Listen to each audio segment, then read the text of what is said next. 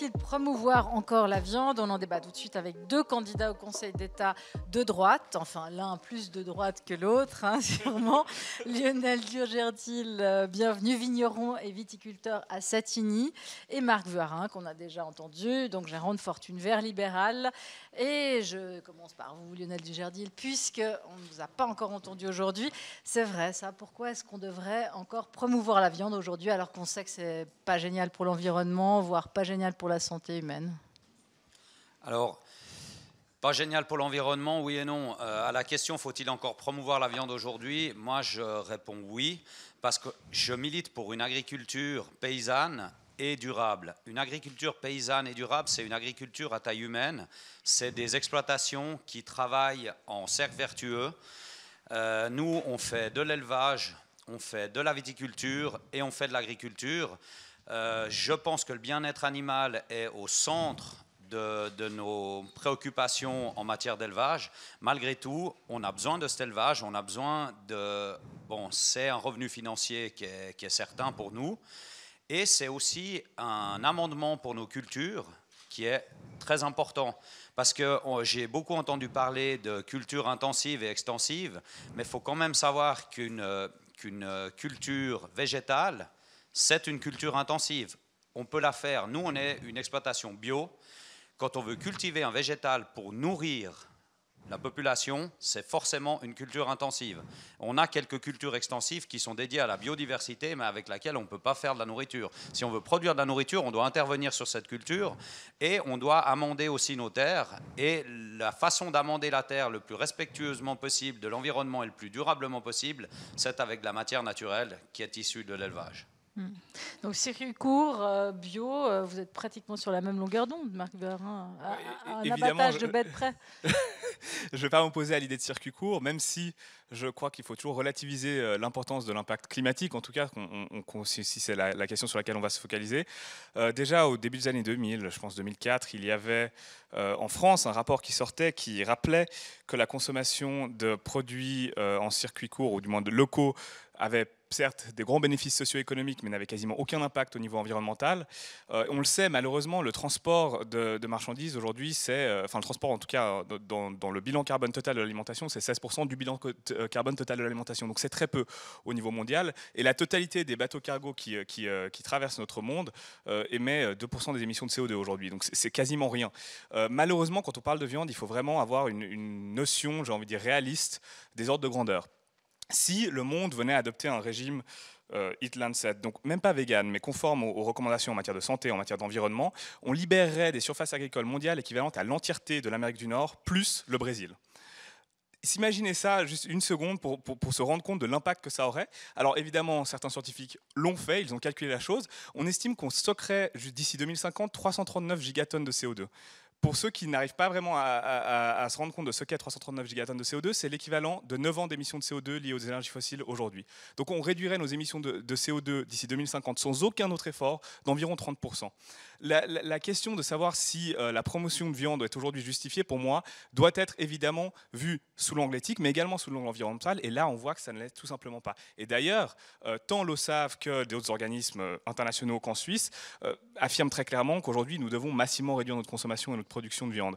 Donc il y a, à mon avis, une espèce de contradiction assez profonde dans la manière dont nos gouvernements agissent, puisqu'ils payent d'un côté des millions à des chercheurs, et encore heureux, pour venir avec des rapports, et les balayent ensuite d'un revers de main lorsqu'ils leur disent « écoutez, on va droit dans le mur, il faut arrêter cette promotion ». Ça, effectivement, les paysans sont attachés aussi à la nature.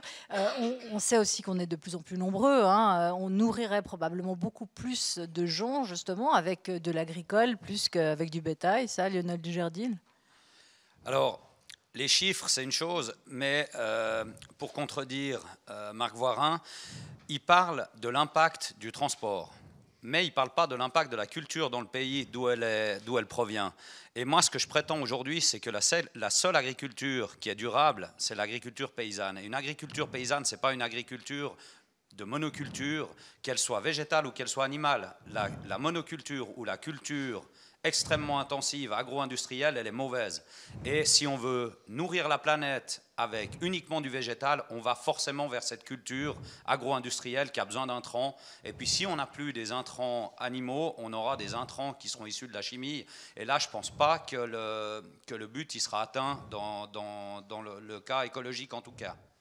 Cette menace justement sur le tout agricole qui serait justement une pollution supplémentaire plus qu'un bénéfice. C'est évidemment un risque, mais tout dépendrait des politiques qui sont mises en place pour accompagner cette agriculture.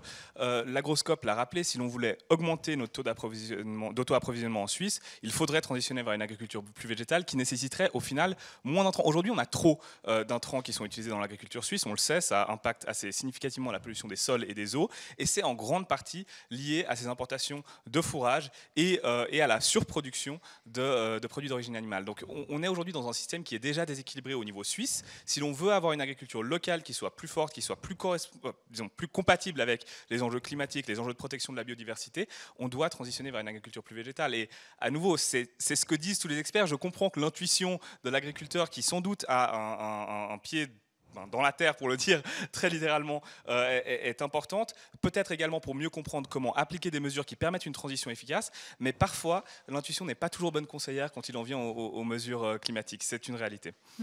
Mais est-ce que ça rapporte la viande aujourd'hui comme producteur? On entendait dans le débat précédent à la détresse, effectivement, en France, des paysans qui en arrivent massivement au suicide. Est-ce que chez nous, ça rapporte d'élever des bêtes pour les faire tuer? Alors, j'en viens tout de suite à la question, mais pour revenir sur l'intuition, aujourd'hui, je ne parle pas d'intuition, je parle de fait.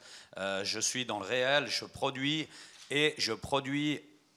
en ayant une belle plus-value, parce qu'on produit juste, à mon sens. Et je ne dis pas qu'il faudrait plus de végétal. Ce que je dis, c'est qu'il ne faudrait pas plus de viande. Ce n'est pas la même chose. Et aujourd'hui, le problème de l'agriculture, vous me demandez si ça Mais paye juste là, encore. il y a une compétition entre la viande et le végétal, parce qu'effectivement, la viande nécessite du fourrage, et donc c'est d'autant moins de végétal qu'on peut mettre à disposition de l'humanité. Dans mon cas, c'est un élevage extensif de vaches d'anciennes races qui nécessitent très peu de soins. Elles ne reçoivent pas de médicaments, elles ont une visite vétérinaire par année, et en général, c'est pour me dire que tout va bien. Et elles se nourrissent quasiment exclusivement de nos prairies extensives, donc c'est-à-dire de nos prairies de promotion de la biodiversité. Donc nous, on cherche vraiment la durabilité, le cercle vertueux, et dans ce cas-là, j'ose rêver encore aujourd'hui qu'on pourrait essayer de nourrir la population avec ce genre d'agriculture paysanne. Mais ça sera, de nouveau, je le répète encore une fois, ça sera avec une partie d'élevage pour produire certaines nécessités à l'exploitation. Et aujourd'hui, alors la mort de l'agriculture, c'est l'agro-industrie et c'est l'agro-agriculture. Vous me demandez si je gagne encore quelque chose. Oui, je gagne encore quelque chose parce que c'est moi qui décide de mes marges. C'est moi qui décide de mes races que j'élève, c'est moi qui décide de ce que je leur donne. Et c'est moi qui définis le prix. Après, le client, il est libre d'aller à la Migros ou d'aller chez moi. Mais s'il vient chez moi, il payera la viande le prix que moi, je la vends. Et au final, il le payera le même prix qu'à la Migros, sauf que la marge, elle sera pour moi. Donc oui, ça gagne, parce qu'aussi, c'est de l'élevage extensif. Et il y a une partie de l'agriculture qui a de la peine à s'en rendre compte. Mais l'élevage extensif rapporte plus de bien-être et plus de bénéfices à l'agriculteur qui la pratique. Alors, j'aimerais bien juste avoir une précision, parce que c'est vrai qu'on parle d'élevage intensif, d'élevage extensif depuis un moment. Ça veut dire quoi exactement? Quelle est la différence entre les deux, Lionel Dujardil, peut-être Marie? Alors, je suis mal placé pour le dire. Je pense qu'il faudrait plus demander aux initiants de certaines initiatives. L'élevage, moi, j'aimerais vraiment faire la différence entre l'élevage agro-industriel VS l'élevage suisse, qui est quand même un élevage familial. Oui. Il y a évidemment des mauvais élèves, vous trouverez toujours une image choc, vous trouverez toujours quelqu'un qui n'a pas fait juste. Mais vous, par exemple, vous représentez quoi? Parce que vous avez effectivement une ferme apparemment modèle, sur un petit circuit court. Mais est-ce que vous représentez l'essentiel des élevages en Suisse aujourd'hui? Je ne représente pas forcément l'essentiel des élevages, mais je représente la nouvelle génération, et c'est peut-être aussi ça qui fait que ça va faire changer les choses. Oui, et je pense que je me bats, je suis dans les interprofessions, je me bats pour une agriculture durable, je me bats pour mon modèle. maintenant, à tort ou à raison, je me bats surtout contre cette politique agricole suisse qui veut qu'on soit des paysagistes plutôt que des gens qui produisent la nourriture pour les consommateurs. Et là, je pense que c'est une politique qui est complètement fausse. Un agriculteur, il doit produire de la nourriture, ça doit être un allié et un interlocuteur privilégié du consommateur, ça ne doit pas être juste un paysagiste. Est-ce qu'on ne se trompe pas un peu justement de cible, parce que le problème, ce n'est pas forcément les producteurs, mais c'est toute la chaîne intermédiaire, hein, des distributeurs notamment, et de toute cette chaîne-là qu'on met assez peu en lumière. Et donc, du coup, on est tout le temps à matraquer sur les paysans, sur les producteurs qui font finalement ce qu'ils peuvent. Non, c'est évident qu'il y a un problème au niveau des intermédiaires. Maintenant, il faut quand même rappeler quelque chose. Si on veut avoir une réduction de la consommation qui n'entraîne pas une paupérisation encore plus significative des milieux agricoles, il faut qu'on accompagne le milieu agricole, et donc il faut qu'on ait des mesures, j'ai envie de dire, symétriques au niveau de la production. Ce qui exige d'accompagner, ce qui exige peut-être aussi d'essayer de légiférer sur certains types d'élevage. Maintenant, vous parliez du fait que vous produisez en élevage extensif, et c'est sans doute mieux que l'élevage intensif qu'on essayait d'interdire. Élevage intensif que nous définissions comme un élevage qui porte systématiquement atteinte au bien-être de l'animal dans le but d'augmenter la rentabilité et la profitabilité d'une exploitation. Si nous devions tous, je dis nous, même si je n'en consomme plus, mais si la population suisse devait consommer de la viande uniquement issue d'élevage extensif, le fait est qu'aujourd'hui, la population suisse, le taux d'auto-approvisionnement diminuerait significativement. Donc il ne faut pas non plus imaginer que ce soit possible. Et donc, pour revenir à la question du débat, en réalité, nous pourrions arrêter de promouvoir la viande et nous aiderions en réalité les agriculteurs à se diriger vers un élevage plus extensif, puisqu'ils ne seraient plus soumis à cette nécessité de produire pour répondre à une demande qui est induite en grande partie par des politiques publiques. Si on vous aidait à transitionner justement, est-ce que vous seriez contre par principe, ou bien est-ce que du moment que finalement vous arrivez à tourner, à développer un modèle qui soit rentable, la paysannerie serait d'accord justement, quel que soit finalement le modèle qu'elle développe? Non, alors bon, au-delà que je suis pas du tout d'accord avec Marc Voirin, je pense que la Suisse, elle a tout pour, en diminuant sa consommation de viande, arriver à faire de l'agriculture avec un élevage extensif, en mangeant moins de viande, en ayant une plus grosse part de l'alimentation végétale. Je pense qu'on peut tout à fait y arriver. Il y a déjà une grande partie de notre pays qui est de toute façon incultivable, à part pour mettre des prés à vaches, qui sont les montagnes et tous les hauts plateaux sur lesquels ne pousse pas un végétal pour la production de protéines végétales. Maintenant, évidemment, je suis certain que l'agriculture est d'accord de travailler pour améliorer sa condition, mais je suis le premier, on en a discuté avec quelques-uns tout à l'heure au café, je pense qu'il faut vraiment utiliser les agriculteurs comme des partenaires, et même des partenaires privilégiés, parce qu'on reste ceux qui vous nourrissent, et on n'est pas là pour détruire la planète et puis pour donner la nourriture la plus mauvaise possible aux consommateurs. Et je pense qu'on est tout à fait ouvert au dialogue. On l'a dit, il y a certaines initiatives qui seraient peut-être passées si elles avaient été portées par les milieux écologistes et les milieux agricoles de concert. Mais ça veut pas dire on crée une initiative et puis ensuite on va demander aux agriculteurs s'ils sont d'accord. On la crée ensemble. Un partenariat, ça serait envisageable? Parce qu'il y a déjà beaucoup d'argent qui est donné. La paysannerie est beaucoup subventionnée par la Confédération. Où est le problème alors? Si déjà, le problème n'est pas justement chez les politiques davantage qu'ailleurs? Bon, malheureusement, c'est toujours ce problème où les politiciens sont tributaires de l'opinion publique et malheureusement ne peuvent que contribuer dans une très petite mesure à sa formation. Maintenant, j'aimerais quand même rebondir sur quelque chose que M. Dujardil a dit, sur la question qu'il a admise de la nécessité de réduire la consommation de viande. Comment fait-il pour concilier ça avec le fait que l'on continue à subventionner à hauteur de plusieurs millions par année des fêtières comme Proviande, comme Swiss Milk, pour promouvoir justement la consommation de ces produits d'origine animale?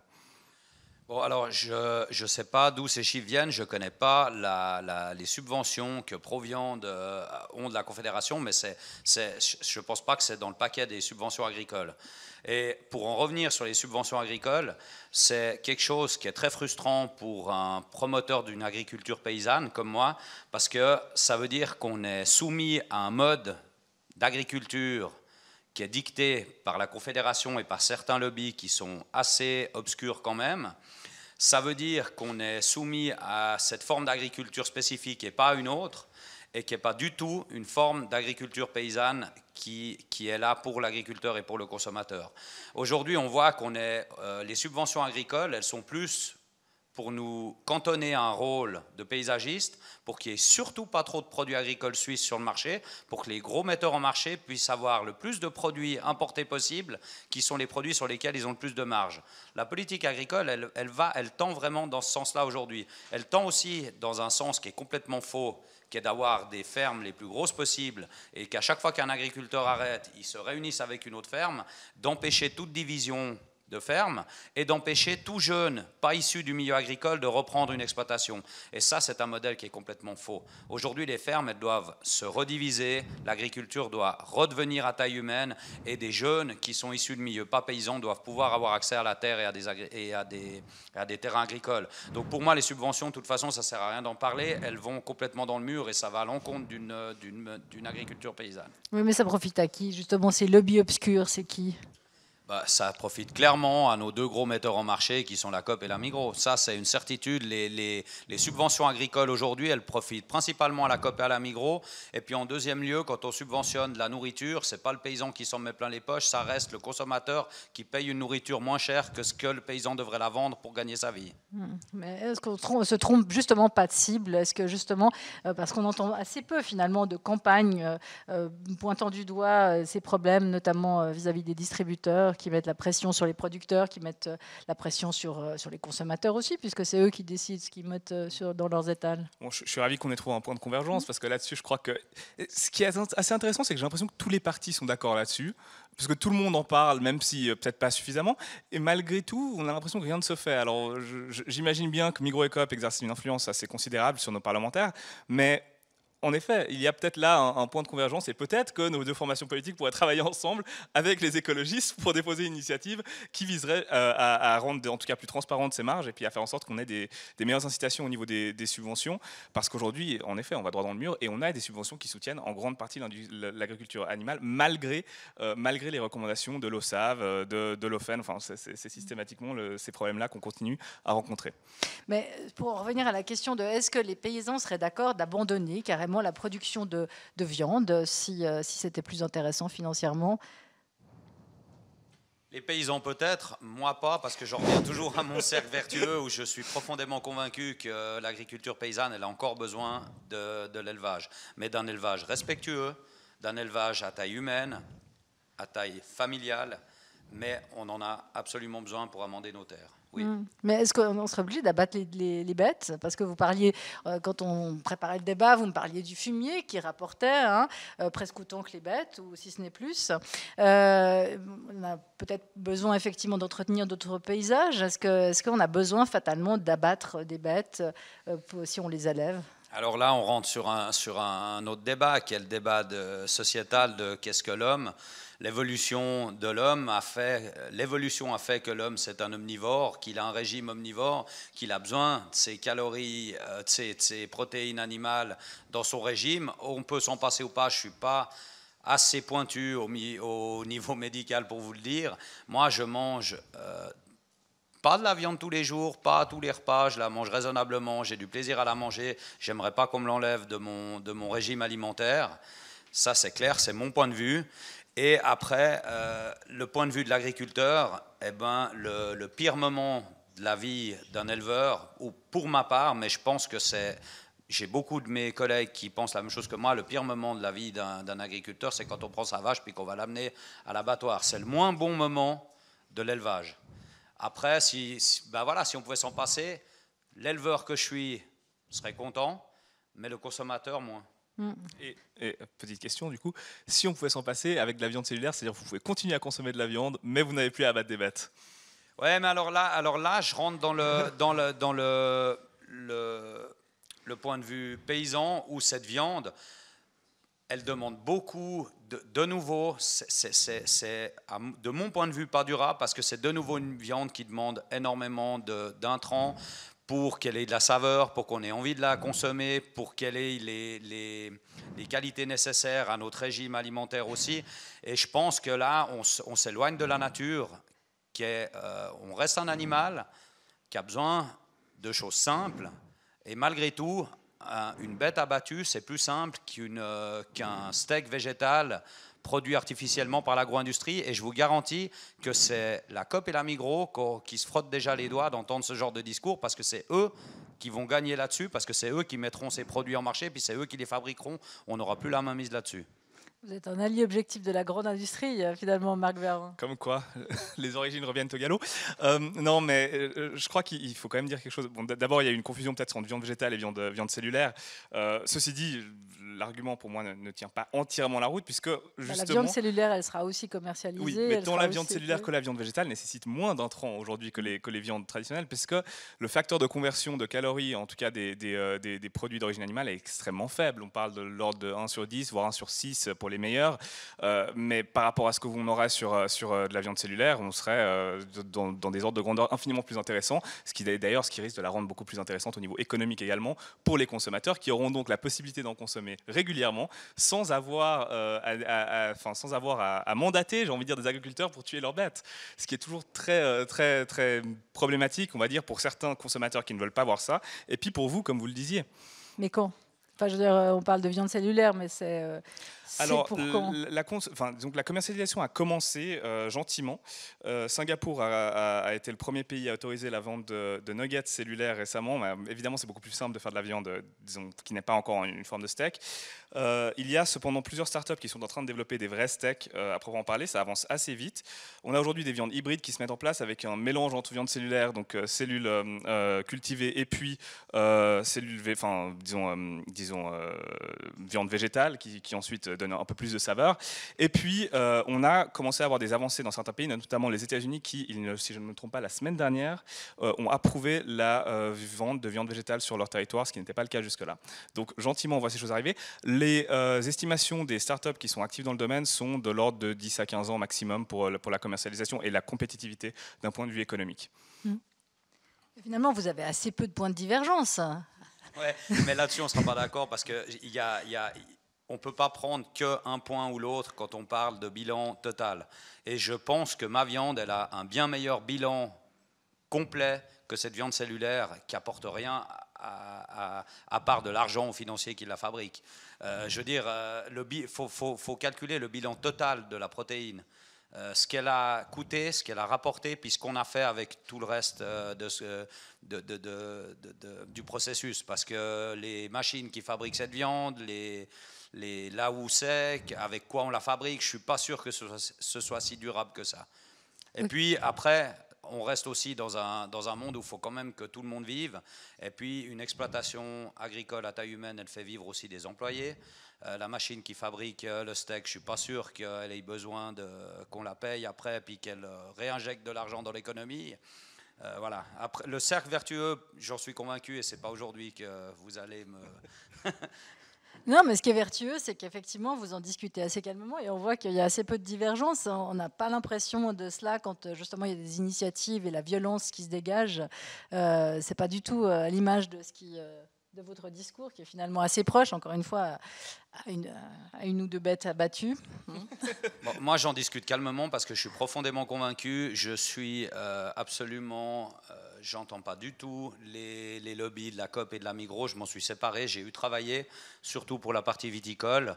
On a dû prendre des décisions qui étaient dures à prendre. Est-ce qu'on va réussir à survivre? Est-ce qu'on va pas réussir à survivre? Malgré tout, l'indépendance était plus important que le reste. L'indépendance de travail, l'indépendance d'esprit, l'indépendance de pensée et d'entrepreneuriat. Et j'en parle très calmement parce que je leur dis, je suis convaincu de moi et je suis aussi convaincu de mon bilan à la fin. J'ai 4 enfants, je peux les regarder les 4 dans les yeux.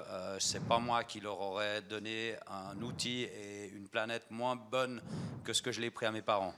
Donc bon, on va conclure là-dessus, sur le fait que vous êtes trouvé un ennemi commun, peut-être justement des points d'accroche pour avoir des convergences malgré tout dans vos combats, même si pas complets. Merci beaucoup. C'est le moment, je crois, de céder la parole